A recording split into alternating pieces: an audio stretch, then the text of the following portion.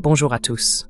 Aujourd'hui, nous sommes le vendredi 12 décembre 2025 et notre cher ami, notre frère, Larry C. Johnson, est avec nous. Eh bien, dissipons simplement la rumeur selon laquelle nous n'avons pas banni le colonel Wilkerson aujourd'hui parce qu'il ne portait pas la chemise appropriée. Certes, vous avez probablement remporté le concours de chemise, mais nous avons dû commencer plus tôt parce que j'avais d'autres engagements plus tard. Alors, merci d'avoir accommodé un vieil homme.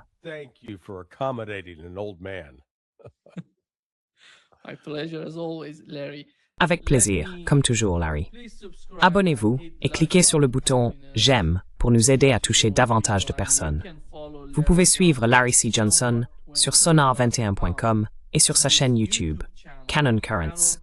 Vous pouvez y aller. Larry fait un excellent travail, je peux le constater. Oui, je ne peux en faire qu'un. Je ne suis pas comme toi. Tu en fais 3 ou 4 par jour. Moi, j'en fais un et ensuite je suis épuisé. Je dois aller faire une sieste. Il faut vraiment que je fasse une sieste. Veuillez aller là-bas et suivre également Larry sur YouTube. Larry, permettez-moi de commencer avec le nouveau cycle concernant l'affaire de Charlie Kirk. Nous savons que la seule journaliste qui la suit réellement, essayant d'en apprendre davantage sur Charlie Kirk et son assassinat, est Candace Owens. Correct. Elle essaie de tout faire, et elle a été attaquée, je dirais, par des sionistes aux États-Unis. Quand Ben Shapiro l'a attaquée, voici ce qu'il a dit lors de son entretien avec Megyn Kelly.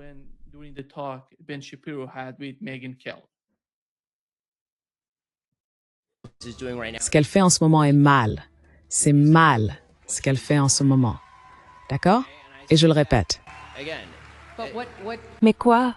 Enfin, je ne voulais pas donner mon avis sur le fait que ce soit mal ou non, mais ma position, c'est que ça ne me regarde pas vraiment. Pourquoi ça le serait? J'ai une question. Pourquoi est-ce que ça te regarde pas? Je veux dire, tu commentes ce genre de choses pour gagner ta vie. Je suis pas la mère d'Internet. Non. Mais si cela se produisait à gauche et que quelqu'un accusait la femme de Charlie Kirk de l'avoir assassinée, je suppose que vous en parleriez. C'est de cela qu'Candace accuse Erika. Oui. Assassiner son propre mari? Elle accuse des membres de TEPUSA et d'autres figures de la droite, dont Seth Dillon, d'être impliqués dans le meurtre de Charlie Kirk. Oui.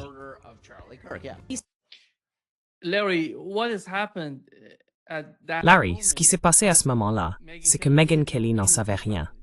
Il a pris Megyn Kelly par surprise.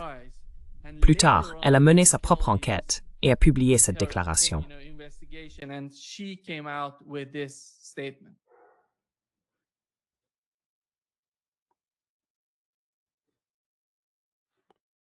Allez, Megyn, tiens. Ouais. Dans le meurtre de Charlie Kirk, ouais.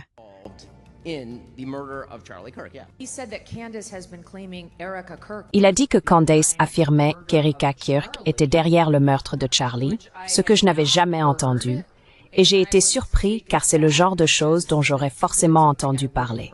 C'est complètement fou. Depuis, j'ai appris que ce n'était pas vrai. Candace n'a pas fait cette affirmation. En fait, j'ai maintenant vu plusieurs extraits où Candace défend précisément Erika Kirk et dit qu'elle ne ferait jamais une telle accusation à son sujet. Et qu'elle est, vous savez, ouverte d'esprit envers les autres personnes de Turning Point. C'est évident, elle insiste sur ce point, j'avais entendu cet argument.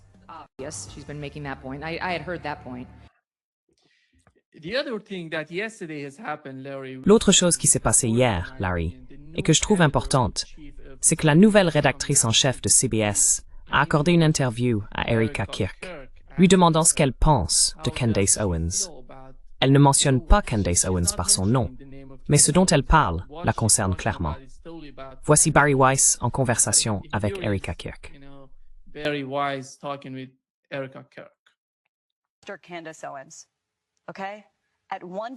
Candace Owens, d'accord? Autrefois, une amie de Charlie. Autrefois, une employée de Turning Point. Elle a été l'une des principales propagatrices de ces théories du complot et elle en tire énormément d'argent. Elle construit son entreprise sur ces mensonges. Que veux-tu lui dire à elle et aux autres qui diffusent ces mensonges dans le monde en ce moment? Arrêtez. C'est tout. C'est tout ce que j'ai à dire. Oui. Que penses-tu de la façon dont ils attaquent, à droite comme à gauche? Ils s'en prennent à Candace Owens. Ils ne sont pas contents de ce qu'elle fait.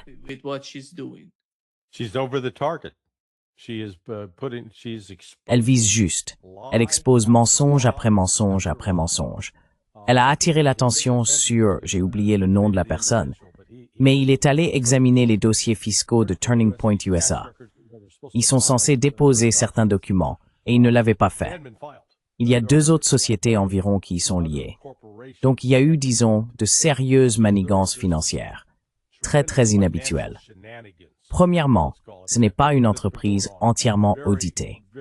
Deuxièmement, cette accusation selon laquelle Candace Owens gagnerait des milliers, voire des centaines de milliers de dollars grâce à cela. Comme Candace le souligne à juste titre, quelques jours après le meurtre de Charlie Kirk, TPUSA vendait le t-shirt Freedom que Charlie portait quand il a été abattu. Franchement, c'est écœurant.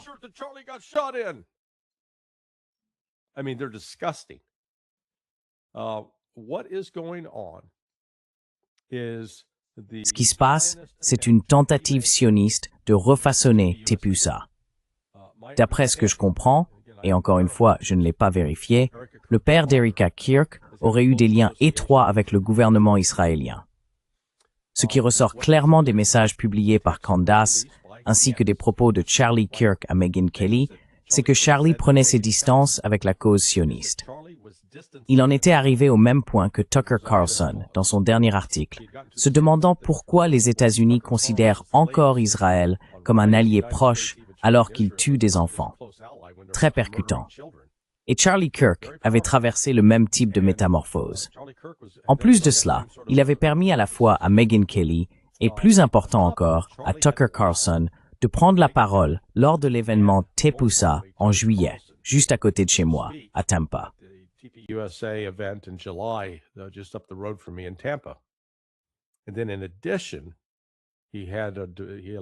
Et puis en plus, il a permis à Dave Smith, un humoriste juif, mais extrêmement antisioniste à propos de ce qui se passe, de débattre avec ce clone Josh Hammer, qui n'est à mes yeux qu'un instrument du sionisme. Ainsi, TPUSA s'éloignait clairement du soutien réflexe à tout ce qui est lié au gouvernement sioniste et à la cause sioniste en Israël. Il y avait plusieurs riches soutiens sionistes, Bill Ackman par exemple, et il est rapporté et confirmé qu'ils ont mené une campagne d'intervention en août dans les Hamptons, là-bas sur Long Island. Bill Ackman, Seth Dillon, le PDG du Babylon Bee, Josh Hammer, ils étaient tous sur le dos de Charlie. Et ensuite, le bébé et Yahoo ont essayé d'acheter Charlie, mais Charlie a refusé.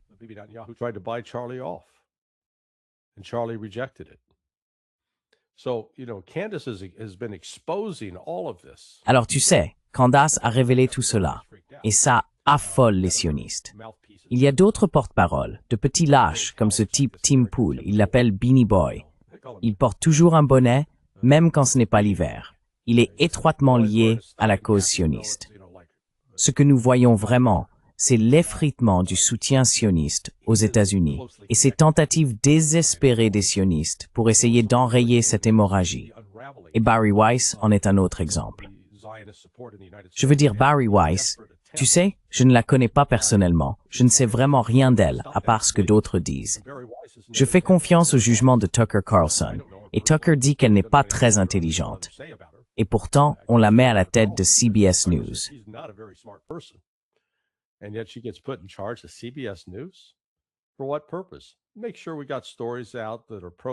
Dans quel but? Pour s'assurer que nous diffusions des récits favorables à Israël, hostiles au Hamas, et ainsi de suite. Candace a justement observé et dénoncé les mensonges répétés qui ont été perpétués par des personnes au sein de la communauté de Turning Point USA. Et elle connaît bien cette communauté, car elle y a travaillé. Elle a contribué à la lancer. Elle a voyagé avec Charlie pendant plusieurs années. Donc oui, cette Candace, elle se trompe sur certaines choses. Elle ne connaît pas l'armée. Elle ne connaît pas non plus la CIA. Et quand elle en parle, on sent qu'elle essaye de décrire quelque chose qu'elle ne maîtrise pas. Je lui ai envoyé un message en lui suggérant, et tu sais, de contacter quelqu'un qui a servi dans l'armée.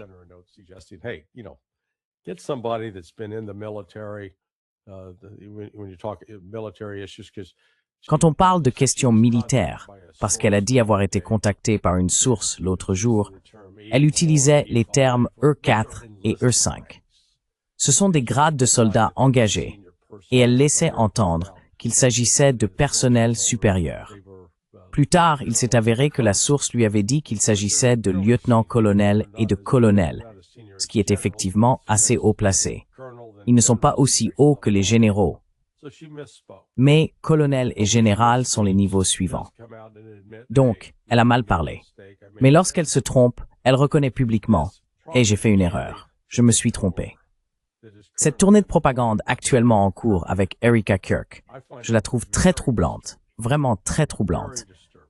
Parce que l'histoire que le gouvernement diffuse sur la personne qui aurait prétendument assassiné Charlie Kirk ou sur le tireur présumé ne tient pas debout.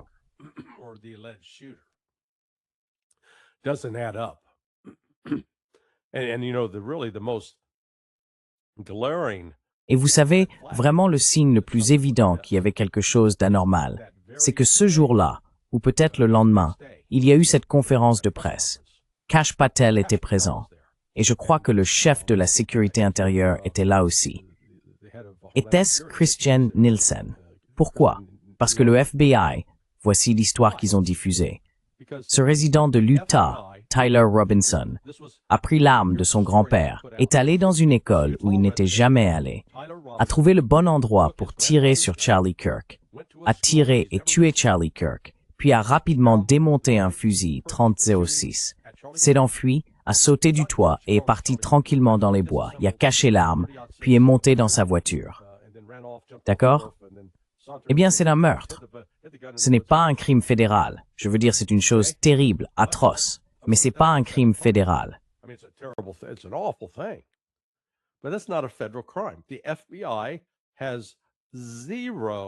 Le FBI n'a absolument aucune juridiction dans cette affaire, à moins que le tireur ne vienne d'un autre État et traverser les frontières d'un État ou qu'il y ait eu une implication étrangère.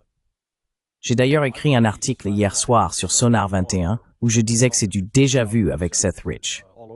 Parce que l'histoire de Seth Rich, encore une fois, ne tenait pas debout et ne tient toujours pas debout.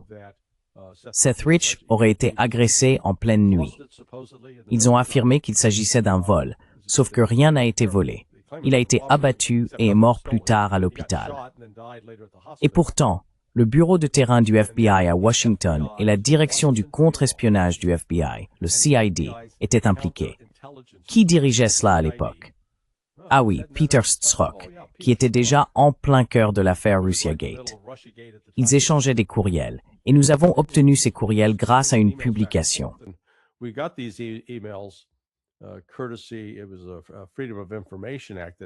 C'est une demande au titre de la loi sur la liberté d'information qui a finalement permis d'obtenir le document du FBI. Il le cachait. Il n'y avait aucune raison pour qu'il soit impliqué dans cette enquête, à moins qu'il n'y ait eu une implication étrangère.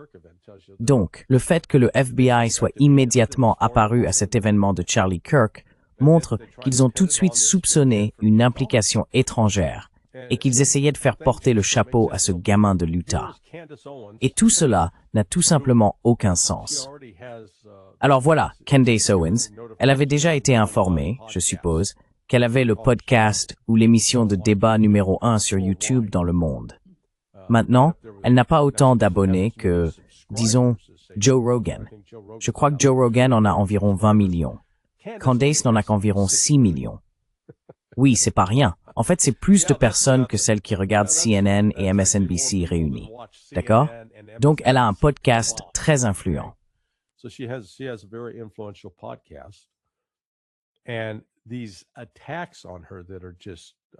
Et ces attaques contre elle, elles sont tout simplement vicieuses. Elles sont ignobles. Et nous avons vu ce petit crétin, Ben Shapiro, mentir. Il a absolument menti. Il a diffamé. J'ai pris l'habitude maintenant d'écouter Candace, juste pour voir ce qu'elle dit. Parce que vous savez, il y a des choses que si je pouvais la conseiller, l'encouragerais à dire autrement. Et il y a des points, je pense, qu'il devrait examiner. L'une des choses sur lesquelles elle est obsédée, ce sont ces avions venant d'Égypte qui étaient suivis, et vous savez, semblaient suivre Charlie Kirk. Eh bien, Candace ne connaît pas ce qu'on appelle les programmes aériens couverts. Le département de la Défense et la CIA ont tous deux des avions qui ne sont pas officiellement identifiés comme leur appartenant. Ce sont des avions secrets.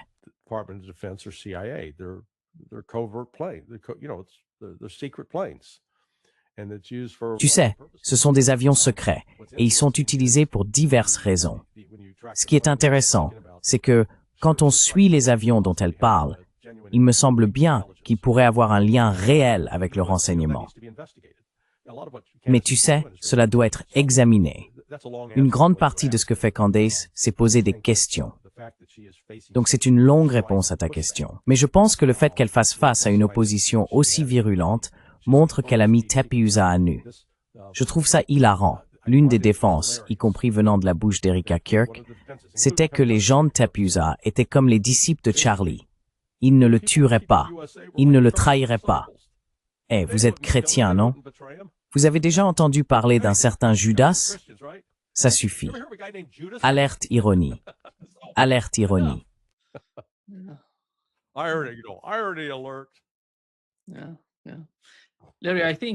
Larry, je pense que tout le problème concernant l'assassinat de Charlie Kirk vient de la manière dont le gouvernement ou le FBI ont diffusé les détails, comme tu l'as mentionné. Et voici ce que Kash Patel a dit à ce sujet dans l'émission de Megyn Kelly.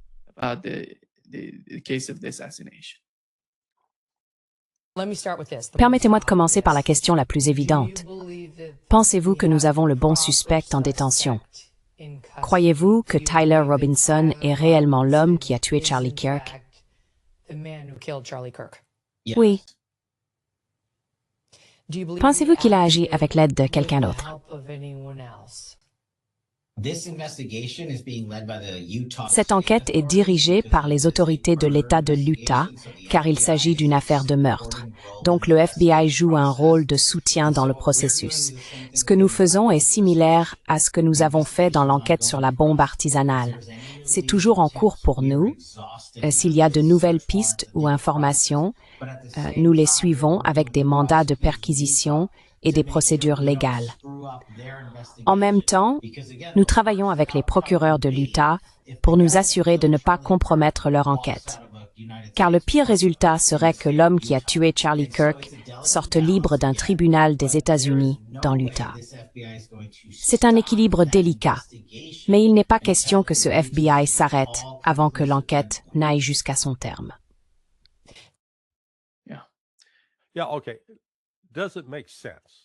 Oui, d'accord.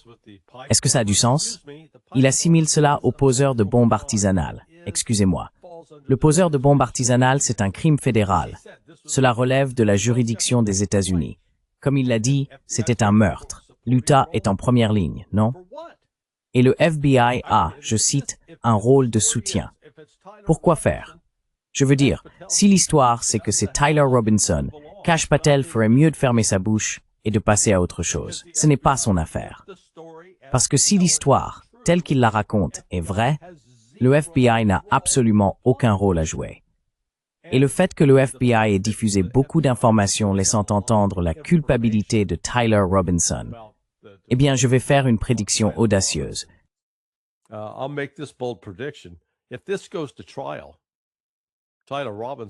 Si cette affaire va jusqu'au procès, Tyler Robinson sera blanchi, libre, parce qu'il existe une vidéo qui contredit la version du gouvernement. À défaut de tout le reste, regardez simplement le type de blessure causée par un calibre 30-06. Elle peut être reproduite encore et encore, et ce n'est pas ce qui a touché Charlie à la gorge. Ce n'est pas ce qui l'a tué. Je ne sais pas quel type de balle c'était. C'était une balle supersonique. Elle est entrée dans son cou, et je crois que ce que nous voyons visuellement, c'est sa réaction. Le gonflement de la chemise, puis cette décharge immédiate de sang. Mais on ne voit pas la giclée typique d'une hémorragie artérielle. Si l'artère carotide est sectionnée, si quelqu'un a déjà utilisé un pistolet à eau, on appuie sur la gâchette et le jet sort immédiatement.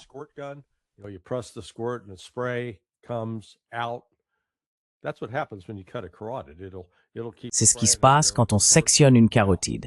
Le sang continue de jaillir jusqu'à ce que la personne se vide de son sang. C'est pas ce qu'on voit sur la vidéo. Donc je maintiens toujours qu'il faut se fier à ce que montre la preuve vidéo.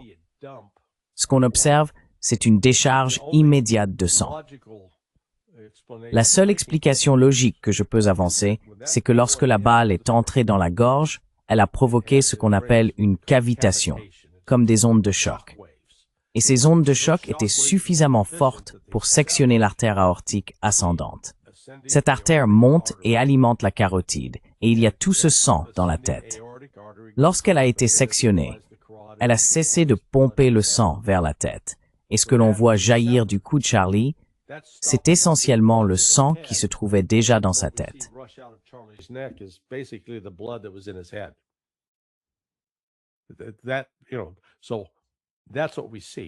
Voilà ce que nous voyons. Ce n'est pas une 30-06 qui a causé cela. Mais revenons à la question.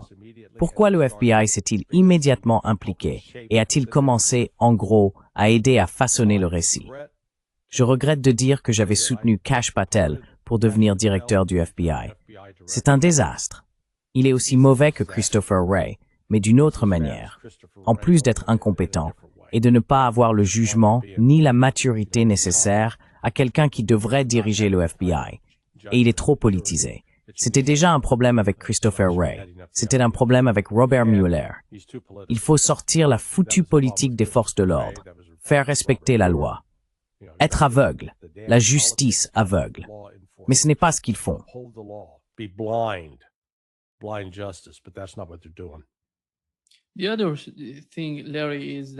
L'autre chose, Larry, c'est que nous n'avons aucune information sur l'autopsie de l'enfant, ni sur aucun de ces types d'enquêtes pour savoir ce qui s'est réellement passé, comme tu l'as mentionné. Pourquoi sont-ils si réticents à publier ce genre d'informations?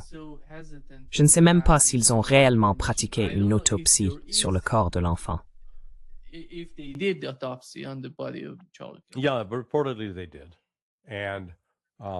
Oui, apparemment ils l'ont fait. Et tu sais, je suppose que les résultats de l'autopsie pourraient être rendus publics si Erika Kirk l'exigeait. Mais je ne vois pas cela comme une preuve essentielle pour le procès. C'est peut-être une explication. Ils veulent le garder secret jusqu'au procès de Tyler Robinson. Mais encore une fois, je pense que ce sera une véritable farce. Parce qu'ils vont découvrir qu'il y a suffisamment de doutes raisonnables pour qu'il soit impossible de condamner Tyler Robinson.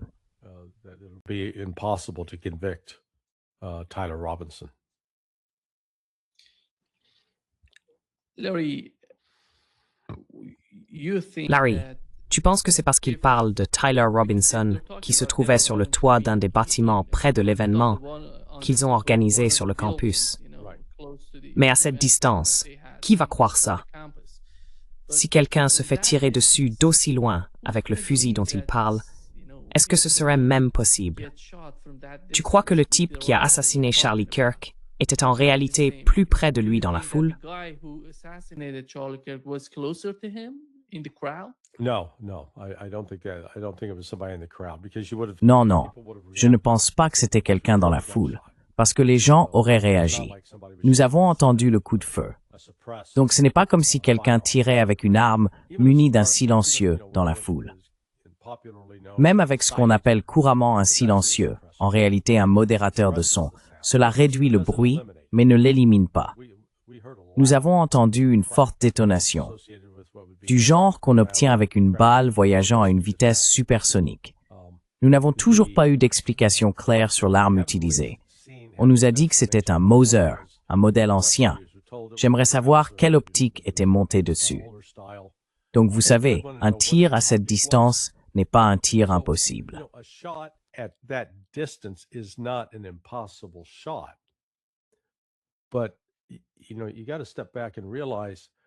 Mais, vous savez, il faut prendre du recul et se rendre compte que si l'histoire est que Tyler Robinson savait que Charlie Kirk allait être là ce jour-là, et qu'il est donc venu avec son fusil et a trouvé le moyen de monter sur ce toit, ça n'a pas de sens. Si vous allez commettre un assassinat et tirer avec un fusil, premièrement, vous devez connaître à l'avance la distance jusqu'à la cible. Parce que vous savez, ce qu'on appelle le réglage d'une optique. Quand on regarde à travers la lentille optique, l'une des choses que les tireurs doivent faire, c'est effectuer des ajustements. L'optique permet d'ajuster ce qu'on appelle l'élévation, de haut en bas, et la dérive, de droite à gauche.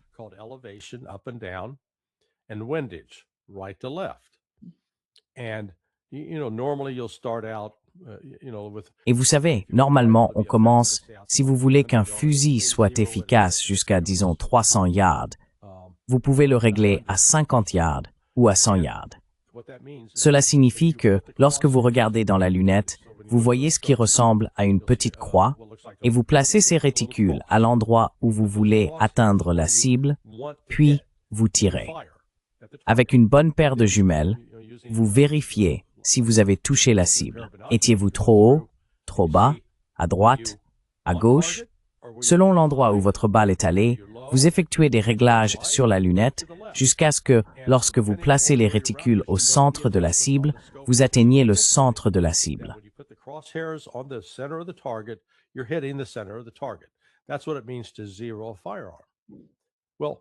C'est ce que signifie régler une arme à feu. Le réglage change en fonction de la distance. L'endroit où vous placez le réticule lorsque vous tirez à 25 yards est différent de celui où vous le placez à 100 yards, ou dans ce cas, à 140 yards. Cela veut dire qu'il faut faire un minimum de préparation. Plus précisément, comment savoir où vous allez vous installer? Ce n'était donc pas simplement un gamin qui prenait son fusil en disant « Hey, j'ai trouvé un endroit là-haut sur le toit. On va tirer d'ici. » Parce qu'à ce stade, à moins d'être un tireur très expérimenté, vous ne saurez pas vraiment quel réglage effectuer sur la lunette pour atteindre une cible avec précision. Celui qui a tiré et tué Charlie avait donc fait des repérages sur le site au préalable.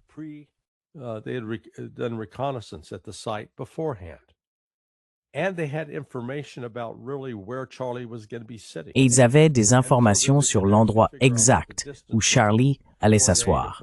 Ainsi, ils pouvaient calculer la distance entre le point A et l'endroit où se trouvait Charlie. Vous savez, on peut utiliser un télémètre, comme au golf, pour avoir une idée de la distance. Mais voyez-vous, c'est ce que les gens ne comprennent pas. Parce que la façon dont l'histoire est racontée, c'est comme si un gamin avait pris l'arme de son grand-père. S'était énervé parce que quelqu'un avait insulté sa petite amie, son petit ami, peu importe, son ami à fourrure, et avait décidé de tuer Charlie Kirk pour ça. Je n'y crois pas. Tyler Robinson ne donne tout simplement pas l'impression d'être le genre de gamin qui s'y connaît, ce qu'ils appellent un tireur de banc, quelqu'un qui tire avec précision à distance. Il y a tout simplement trop de questions.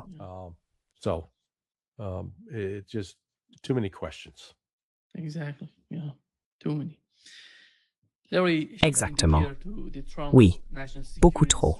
Larry, changeons de sujet pour parler de la stratégie de sécurité nationale de Trump. Beaucoup de gens se demandent quelles seront les conséquences de ce nouveau document pour des pays comme la Russie, l'Ukraine, l'Europe, l'Iran et la Chine. Et voici la question. En ce qui concerne l'Ukraine, qui est l'un des enjeux les plus importants de la politique étrangère américaine aujourd'hui, penses-tu que l'administration Trump a décidé de se retirer de la question ukrainienne? Et comment as-tu perçu les réactions? Il semble qu'il y ait une certaine panique en Europe. Le secrétaire général de l'OTAN s'est exprimé, c'est le nouveau secrétaire général, et je ne l'ai jamais entendu parler de cette manière. Voici ce qu'il a dit, Larry.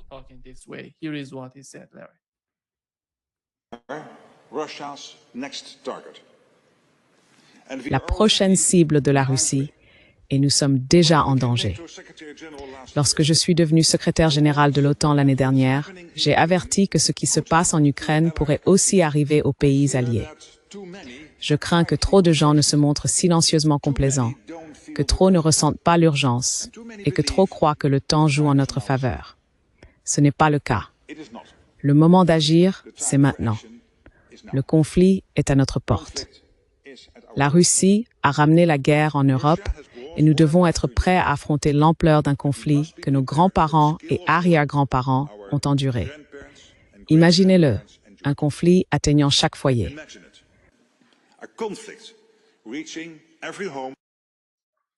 Je ne vois aucune logique dans la façon dont il parle de cette prétendue panique et de ce désespoir.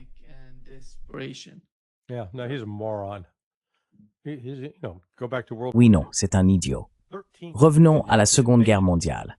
13 pays d'Europe ont envahi la Russie, l'Union soviétique. Les Roumains, les Hongrois, les Italiens, les Espagnols, les Français. La Russie ne les a pas envahis. L'Union soviétique ne les a pas envahis. C'est eux qui ont envahi l'Union soviétique. La Russie. D'accord? Alors, soyons clairs sur qui a été l'agresseur dans l'histoire à cet égard. Ce n'étaient pas les Russes. Ça, c'est le premier point. Le deuxième, c'est que Ruta ignore complètement les provocations détaillées dans le livre de Scott Horton, Provoked. Président après président, en commençant par George W. Bush, puis Bill Clinton, puis George W. Bush, puis Barack Obama, et enfin, Donald Trump.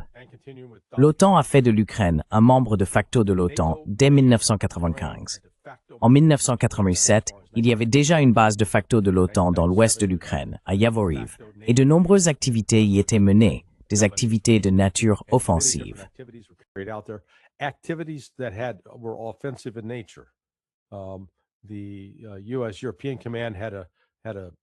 Le commandement européen des États-Unis avait publié un article, je crois qu'ils l'ont retiré depuis, dans lequel il décrivait une formation à la cyberguerre qu'il menait, et il l'identifiait spécifiquement comme offensive, non défensive. Donc, la rhétorique du côté européen s'intensifie, mais ils n'ont rien avec quoi se battre. Leurs armées ne font pas le poids face aux Russes. Et les Russes, eux, veulent simplement qu'on leur fiche la paix. Ils aimeraient que l'Europe garde ses fichus mains pour elle et cesse de placer des armes aux frontières de la Russie, ce à quoi la Russie doit se préparer à réagir. Donc je pense que, vous savez, Martin Armstrong dit que son ordinateur prédit qu'il y aura une guerre d'ici, 2026. C'est peut-être vrai. Les Européens pourraient bien finir par provoquer la situation au point que le conflit s'étende.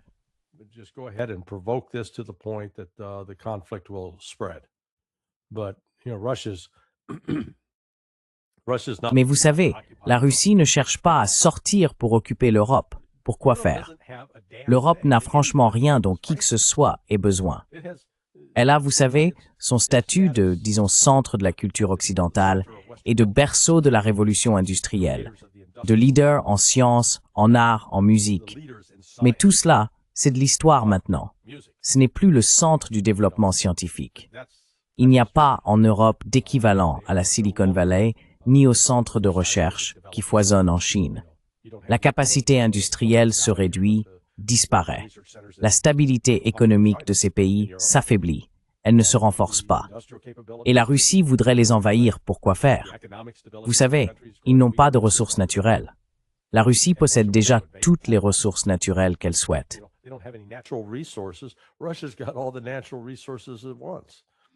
Pour payer leur retraite. Comment? Pour payer leur retraite? Oui, exactement.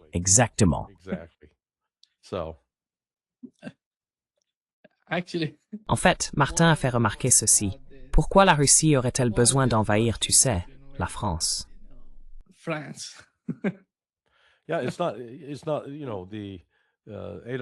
Oui, ce n'est pas tu sais. La justification d'Adolf Hitler pour se déplacer vers l'Est, c'était le Lebensraum. Tu sais, nous avons besoin d'espace, donnez-nous de la terre, beaucoup de terre du côté ensoleillé de... Il ne voulait pas être enfermé. Eh bien, la Russie a beaucoup de terre. Elle couvre 11 fuseaux horaires, littéralement presque la moitié du globe. C'est un territoire si vaste que la personne moyenne ne peut même pas s'en faire une idée, ne peut pas concevoir à quel point c'est grand. Donc la Russie ne cherche pas à aller occuper l'Europe. Mais la Russie ne va pas se laisser intimider, ne va pas se laisser menacer par l'Occident. Et c'est l'Occident qui, de manière agressive, essaye de saper et d'interférer dans les affaires intérieures de la Russie. Et quand la Russie réagit, on l'accuse d'être l'agresseur. Alors,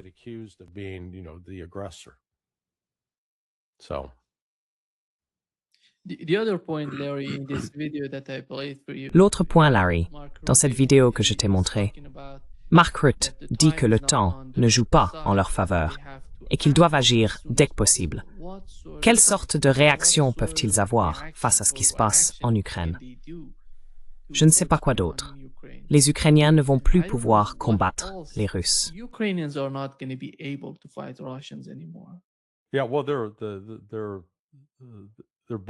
ouais, eh bien, ils se vident de leur sang. C'est comme quelqu'un qui se fait tirer dessus, touche une artère et commence à saigner. Le sang s'écoule simplement de son corps. À un moment donné, il n'y a plus de sang et la personne meurt. Nous assistons en ce moment à la lente agonie de l'Ukraine. En réalité, c'est plutôt une mort accélérée depuis 3 semaines, quand en gros, Pokrovsk, Minograd et Kramatorsk sont tombés. Severodvinsk est tombé. Les prochaines grandes villes seront Slaviansk. La Russie est entrée dans une nouvelle phase. Elle n'a plus besoin d'attendre le printemps.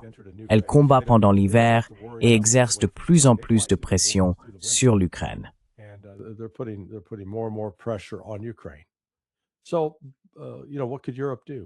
Alors vous savez, que pourrait faire l'Europe? Eh bien, l'Europe pourrait décider.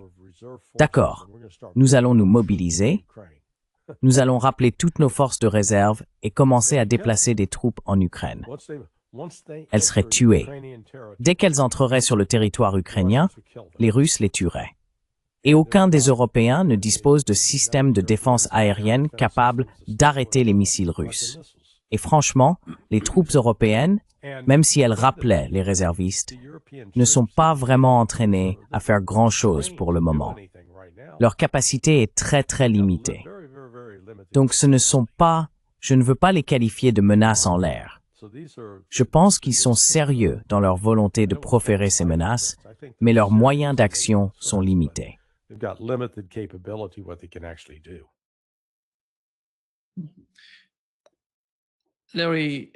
Larry, tu vois, je ne sais pas si tu as vu l'article dans Politico.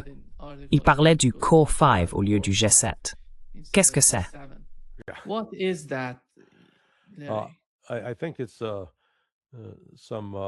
Je pense que c'est quelqu'un à l'intérieur de l'administration Trump qui essaye de trouver un moyen de saboter les BRICS. Vous savez, le noyau des 5, voyons, c'était les États-Unis, le Japon, la Russie, la Chine et l'Inde. L'Inde, oui, c'est ça. Ouais, la Russie et la Chine n'ont aucun intérêt à s'allier avec le Japon. Encore une fois, qu'a le Japon? Du bon sushi. Mais ce n'est plus la puissance industrielle qu'il était autrefois. C'est quelqu'un qui essaye de faire preuve d'intelligence, pensant pouvoir saboter les BRICS. Le train des BRICS est déjà parti. Les États-Unis ont décidé de ne pas monter à bord, et c'était une mauvaise décision. Les BRICS représentent l'avenir de l'économie mondiale, parce qu'ils ne vont pas être contraints par le G7, et qu'ils ne vont pas, je suppose, être menacés par le dollar américain. Ils vont s'éloigner du dollar américain et passer à un système où leurs monnaies respectives seront utilisées.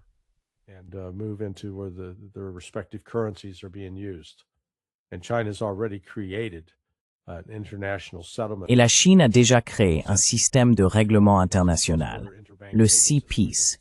C'est un système de paiement interbancaire transfrontalier. Et vous savez, le système occidental SWIFT, on se rend compte maintenant que c'est un nom ironique, car il n'a rien de rapide, ce n'est pas SWIFT. S'il voulait le nommer avec précision, il pourrait l'appeler mélasse, mélasse froide.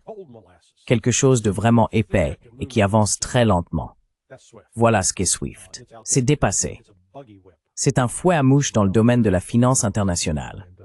Et, vous savez, les Chinois ont créé une Bugatti, une Lamborghini, quelque chose de rapide, de vif, de numérique. Donc encore une fois, l'Occident est à la traîne dans tout un éventail de domaines. La technologie, l'éducation, l'innovation scientifique. Le balancier a maintenant basculé vers la Chine et la Russie.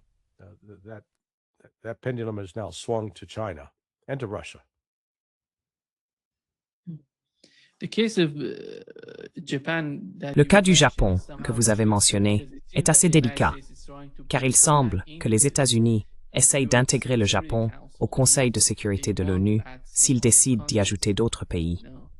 Et si le Japon rejoignait le Conseil de sécurité en tant que, je ne sais pas ce qu'ils envisagent, peut-être en tant que membre permanent, cela affecterait certainement le pouvoir ou l'influence que la Russie et la Chine exercent aujourd'hui.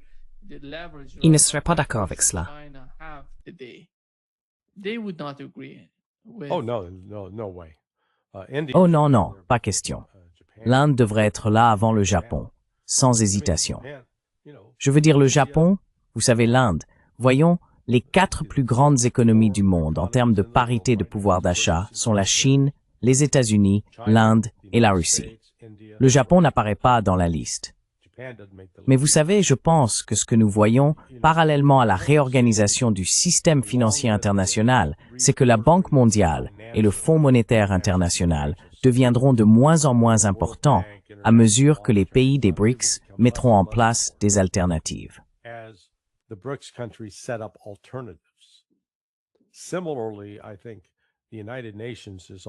De même, je pense que les Nations unies vont finir par devenir irrélevantes, car leur fonctionnement politique sera jugé trop lourd, et à cause du refus de l'ONU de réellement faire respecter ses propres principes. Vous savez, Israël devrait être immédiatement expulsé de l'ONU. Il ne devrait même pas être autorisé à en franchir le seuil, mais les voilà, protégés par les États-Unis, par la France et par le Royaume-Uni. Je pense donc qu'il y a une frustration croissante dans le Sud global face au fait que l'ONU est devenue, en somme, un autre outil utilisé par les impérialistes occidentaux pour tenter de contrôler le Sud global. Et vous savez, ils se sont discrédités eux-mêmes.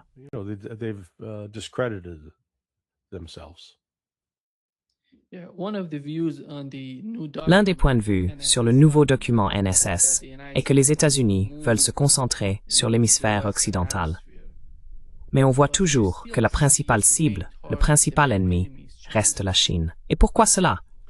Pense-t-il vraiment pouvoir séparer la Russie de la Chine? Non.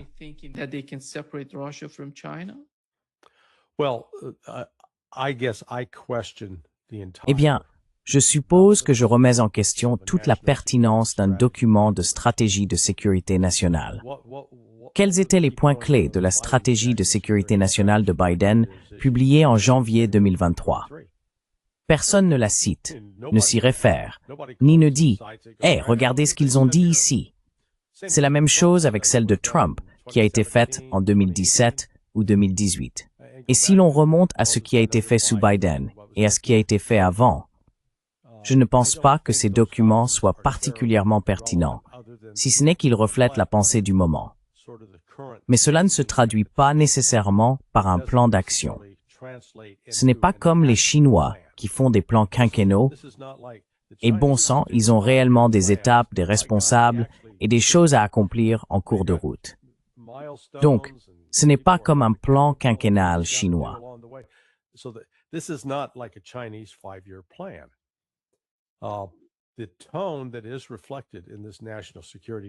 Le ton reflété dans ce document sur la sécurité nationale, comme vous l'avez dit, indique qu'ils vont se tourner de nouveau vers l'hémisphère occidental.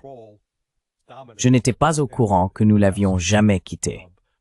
Nous avons toujours affirmé notre contrôle et notre domination à l'Ouest.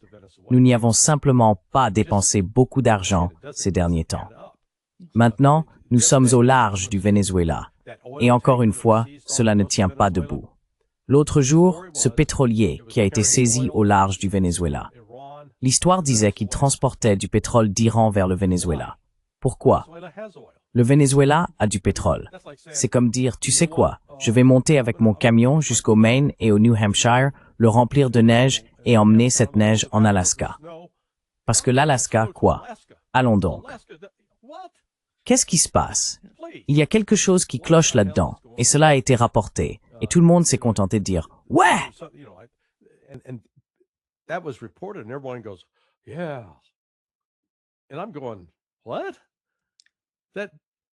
Et je me dis quoi? Il y a quelque chose qui cloche dans cette histoire. On ne va pas, vous savez, vendre de la neige aux Esquimaux, ils en ont déjà plein. On ne va pas non plus vendre du pétrole au Venezuela. Mais cet effort des États-Unis pour essayer de provoquer une action militaire de Maduro afin que les États-Unis puissent justifier la destruction du pays ou tenter de décapiter la direction vénézuélienne. Nous avons vu cela l'autre jour avec les 2 avions de combat. Je ne suis pas sûr qu'il s'agissait de F-35 ou de F-16, mais ils ont survolé le golfe du Venezuela. Ils ont pénétré dans l'espace aérien vénézuélien.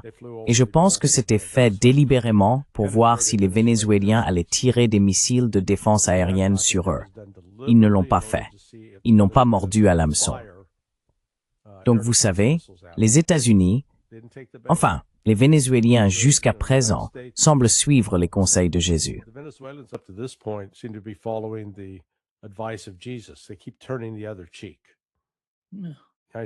Ils continuent de tendre l'autre joue. Ils continuent de les gifler. Allez, frappe-moi, mec. Gifle-le. Allez, frappe-moi. Pourquoi?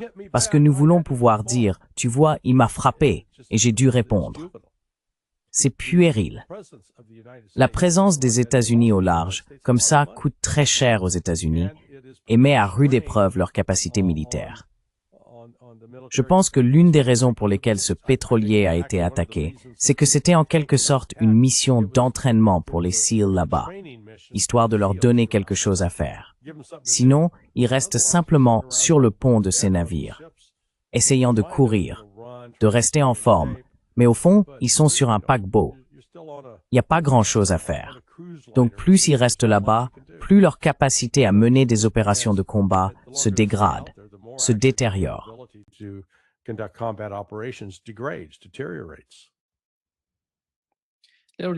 L'autre scénario était qu'il s'agissait de pétrole provenant d'Iran et du Venezuela à destination de Cuba. C'est possible, ça a du sens. Les Cubains en ont besoin. Mais pourquoi doivent-ils l'obtenir de l'Iran? Une combinaison de l'Iran et du Venezuela. Oui. Je veux dire, vous savez, le Venezuela pourrait l'envoyer de manière indépendante ou l'Iran pourrait l'envoyer de manière indépendante. Mais encore une fois, nous n'avons pas toute l'histoire sur ce qui se passait réellement. C'est pourquoi j'encourage tout le monde, quoi qu'on en dise, à toujours garder un regard sceptique, vous voyez.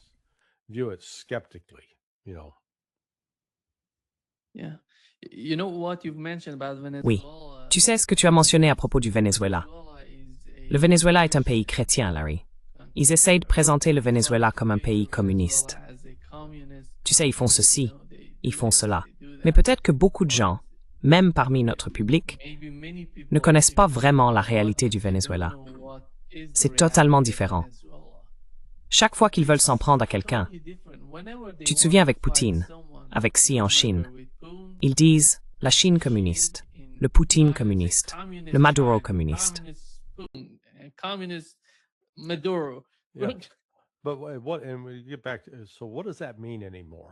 Alors, qu'est-ce que ça veut encore dire? Par exemple, la Chine communiste. La Chine possède une capacité industrielle qui dépasse de loin celle des États-Unis.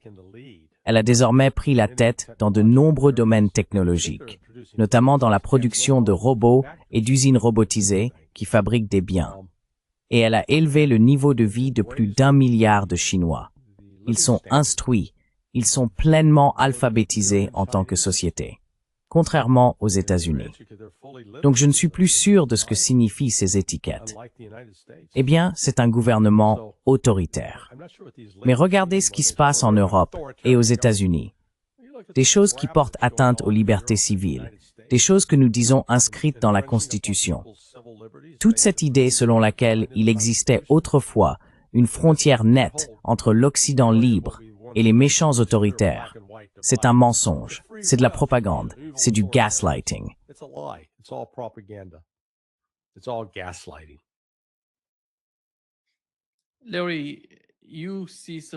Larry, on observe des messages contradictoires lorsqu'on regarde les médias grand public en Occident. D'un côté, on voit Donald Trump déclarer, comme vous l'avez mentionné, que ce document identifie la Chine comme le principal ennemi des États-Unis. De l'autre, on voit le G5 émerger, avec la Chine faisant partie d'une nouvelle coalition. Alors comment percevez-vous la stratégie des États-Unis dans leur relation avec la Chine, même dans l'hémisphère occidental? Je parle de l'Amérique latine et de l'Amérique du Nord. On ne voit pas beaucoup de politiques émanant des États-Unis qui résonnent réellement auprès des populations locales pour encourager la participation ou la coopération avec les États-Unis.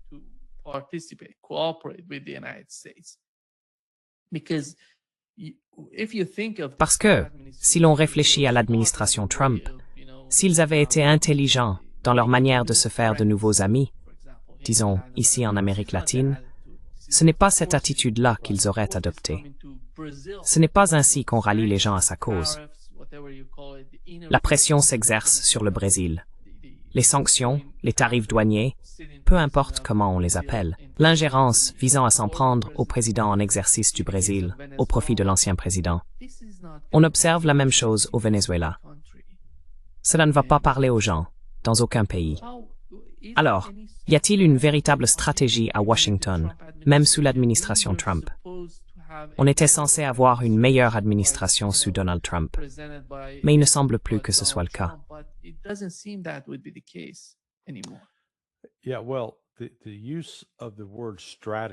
Oui, eh bien, l'emploi du mot stratégie m'amuse, parce que les États-Unis n'en ont pas vraiment une.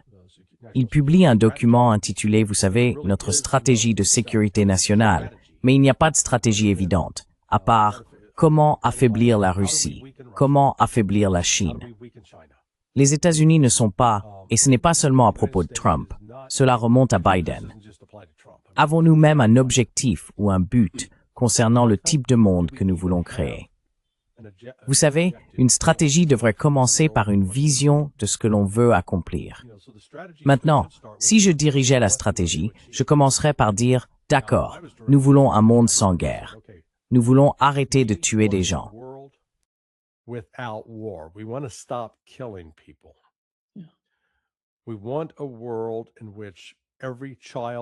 Nous voulons un monde où chaque enfant qui naît ait la possibilité de développer pleinement ses talents et ses capacités. Nous voulons créer un monde où il n'existe pas ce type de disparité de revenus, où l'on trouve, d'un côté, des personnes vivant dans une pauvreté extrême et de l'autre, un groupe très restreint qui contrôle la majeure partie des richesses mondiales. Alors, comment atteindre cet objectif? Que pouvons-nous faire? Et c'est là que ce que font la Russie et la Chine diffèrent tellement de l'Occident. Lorsque j'ai interviewé la légende du hockey, Vyacheslav Fetisov, il m'a dit que la chose la plus choquante pour lui, lorsqu'il a quitté l'Union soviétique en 1989, et que les autorités soviétiques lui ont permis de venir aux États-Unis pour jouer dans la Ligue nationale de hockey, c'était ce qu'il a vu ici.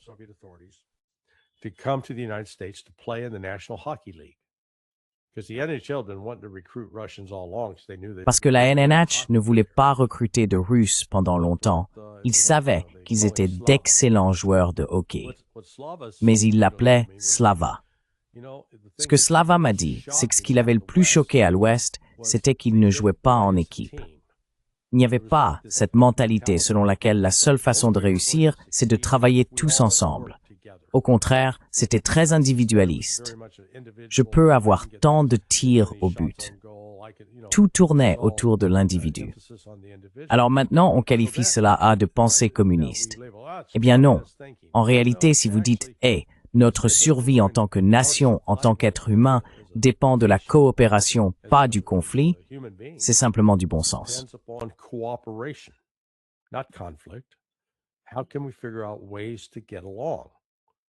Comment pouvons-nous trouver des moyens de nous entendre au lieu de... Eh bien, vous savez, une grande partie de ce que nous faisons, du moins en Occident, est dictée par des intérêts financiers qui créent parfois des problèmes afin d'en tirer profit. Je veux dire, soyons honnêtes. Le président Eisenhower l'avait déjà identifié il y a plus de 70 ans. Le danger du complexe militaro-industriel qui invente des menaces pour continuer à recevoir de l'argent afin de fabriquer des armes dont franchement nous n'avons pas besoin. Mais, bon sang, c'est une industrie énorme. C'est une industrie rentable. Et si nous arrêtons, c'est notre économie même qui est en danger.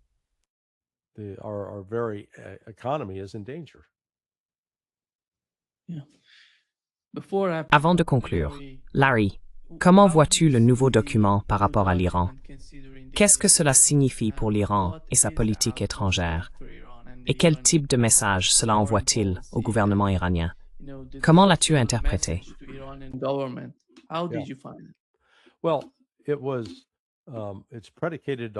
Eh bien, cela repose sur l'hypothèse que les États-Unis ont anéanti la capacité nucléaire de l'Iran. Et je pense que vous savez, le document, la stratégie de sécurité nationale, ne reconnaît pas ce qui s'est réellement passé. L'Iran a réussi à survivre à la tentative israélienne de décapiter le gouvernement et la direction militaire. L'Iran a pu riposter efficacement avec des missiles contre lesquels ni Israël ni les États-Unis n'ont pu se défendre. Et à la suite de ce qui s'est passé en juin de cette année, l'Iran entretient désormais une relation et une collaboration plus étroite avec la Russie et la Chine, sur les plans politiques, économiques et militaires. Ils coopèrent et se coordonnent donc plus étroitement qu'avant le 13 juin.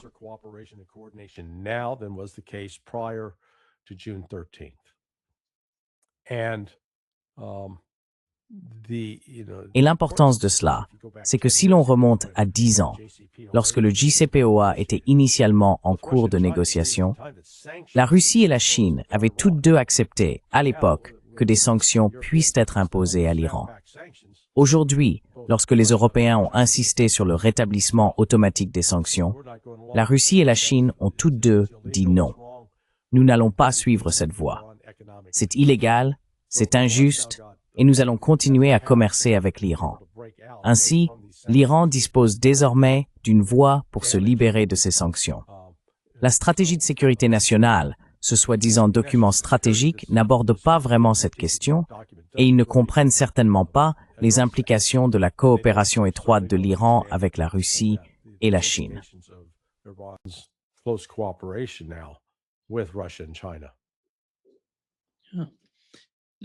Larry, avant de conclure, un membre du public a une question pour vous à propos de l'Europe. Pouvez-vous la lire?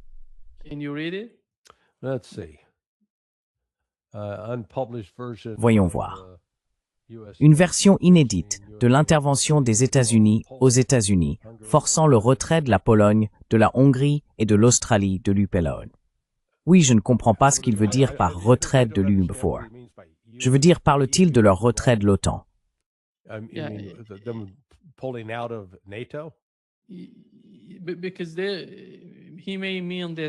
Parce qu'il veut peut-être dire, tu sais, qu'il parle de l'OTAN. C'est l'impression que j'ai. Mais ce n'est pas évident.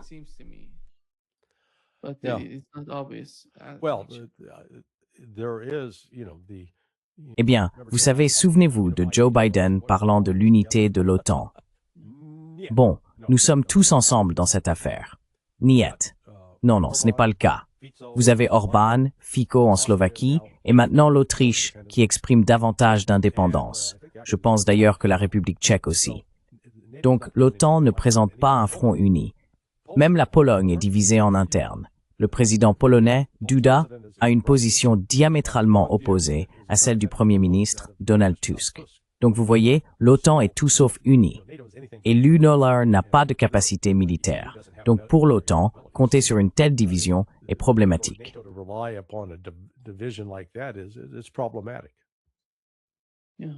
Oui, merci beaucoup Larry d'être avec nous aujourd'hui. Eh bien, je suis fan. Merci pour cela, comme le dit le juge Napolitano. Merci d'avoir adapté votre emploi du temps au mien. Très bien, soyez sages, on se voit lundi. À bientôt. Au revoir. Au revoir.